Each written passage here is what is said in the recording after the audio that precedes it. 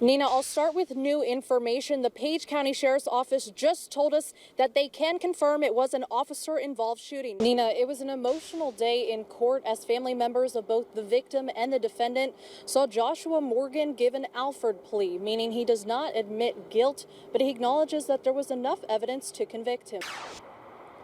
Nina, when out on the open road, you need to know where you can get your next fill-up. I talked to some truck drivers stopping by the friendly city who say luckily the gas shortage has not caused them too much trouble. Last month, the governor announced that there needs to be steps taken toward allowing in-person instruction. Today, he announced a deadline. It's a first of its kind for Shenandoah Valley Organic. They needed some new employees, but due to COVID-19 restrictions, they couldn't have an in-person application, so they created a drive-through where the applicants don't even have to leave their cars.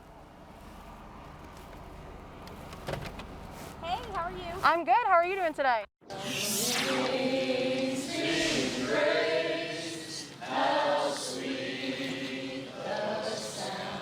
To me, with Gail laying in that bed in there fighting for her life, she is impacting lives.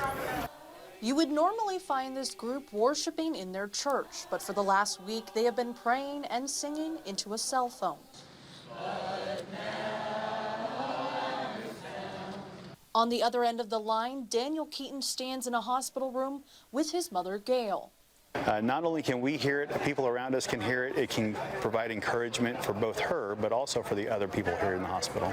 Gail pastored at both Annex United Methodist Church and Cremora United Methodist Church for 17 years. She contracted COVID-19 just days before she was set to retire. I can't be in there, so I want to be as close as I can be, and that's out here. You know, she really cared about all of us, and, you know, and now she's not, not doing very well, and, it's our turn to kind of give back what she's given to us. I'm grateful that she has people like this, and I'm grateful that this area has people that are just willing to stand outside and show their faith.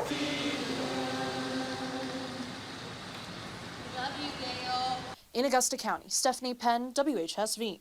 It has been almost 2 months since Officer Nick Winham was killed, but his loved ones say it feels like it was just yesterday. It feels like it was 2 days. It definitely doesn't feel like 2 months have passed. Kara Winham, Nick's wife, says his absence is huge. He was amazing. I mean, there was never any question of his, of his integrity. There was never any question that he was going to do the right thing. There was never any question that he cared about people. All of the Winham children have moved away, and Kara decided she wanted to get a dog to keep her company. That's when she got a call from Andre Sadowski. Sadowski runs a nonprofit called Steadfast Service Dogs, where they provide service dogs and training to those who need them. Sadowski says he heard about this situation and wanted to help by offering to give Kara her own service dog. It's kind of the least I can do based on what I know of him.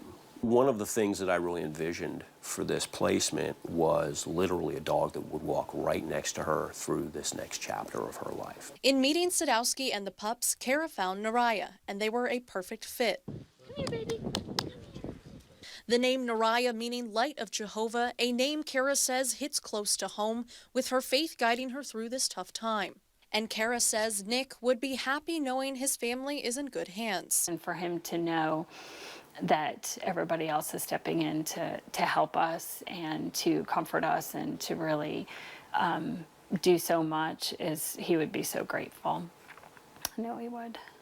In Stanley, Stephanie Penn, WHSV. Kaylee, members of the Harrisonburg Fire Department were some of the first people to arrive that day. And those I spoke with say after the initial shock upon getting to the scene, they knew they had to get to work. The bay doors rattled, everything rattled. So we opened the bay door and saw a large column of smoke. We knew right off the bat something bad happened.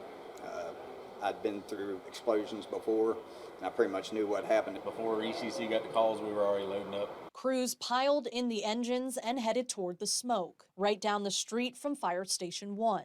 Master Firefighter Tyler Burgoyne was one of the first on the scene. We had people down on the ground, large volume of fire, debris in the way of a fire hydrant, so we had to have another engine bring us to line. Master Firefighter and paramedic Robert Hilly was on the second engine to arrive. I knew when Tyler got there on the first piece, I could hear in his voice that he had a lot going on.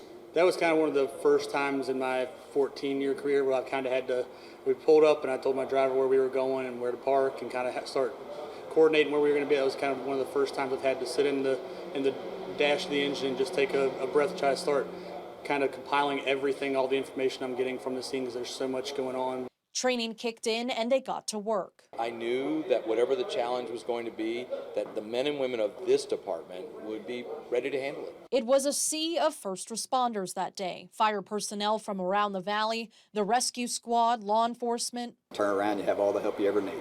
Crews worked for hours to completely put the fire out. What I think about all the time is the fact that we managed to come through that event with no lives lost. Now, a year later, they are reflecting on what happened. To really think you're going to have something like that happen in our area, we're like, never going to happen, but it can happen anywhere.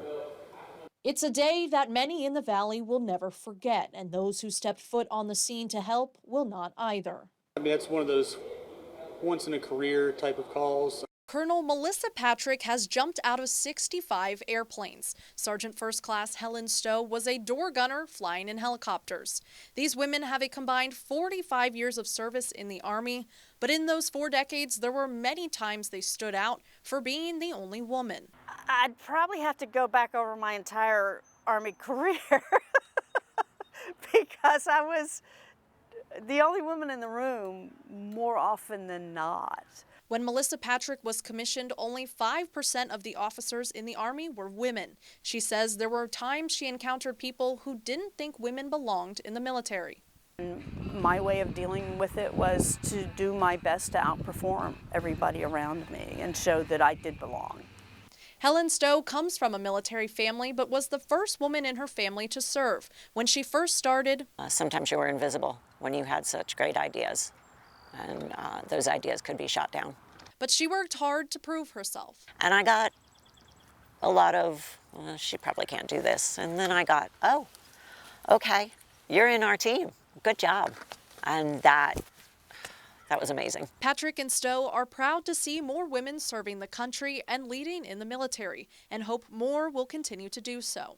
I hope that whatever I've done in the military and that what I continue to do will pave the way for tiny females like me to stand up and say, I can do that. Both women are retired now, but when Stowe is out walking her service dogs, Astro and Ziva, through town, she loves bumping into Patrick and knowing they have each other for support. In Stanton, Stephanie Penn, WHSV.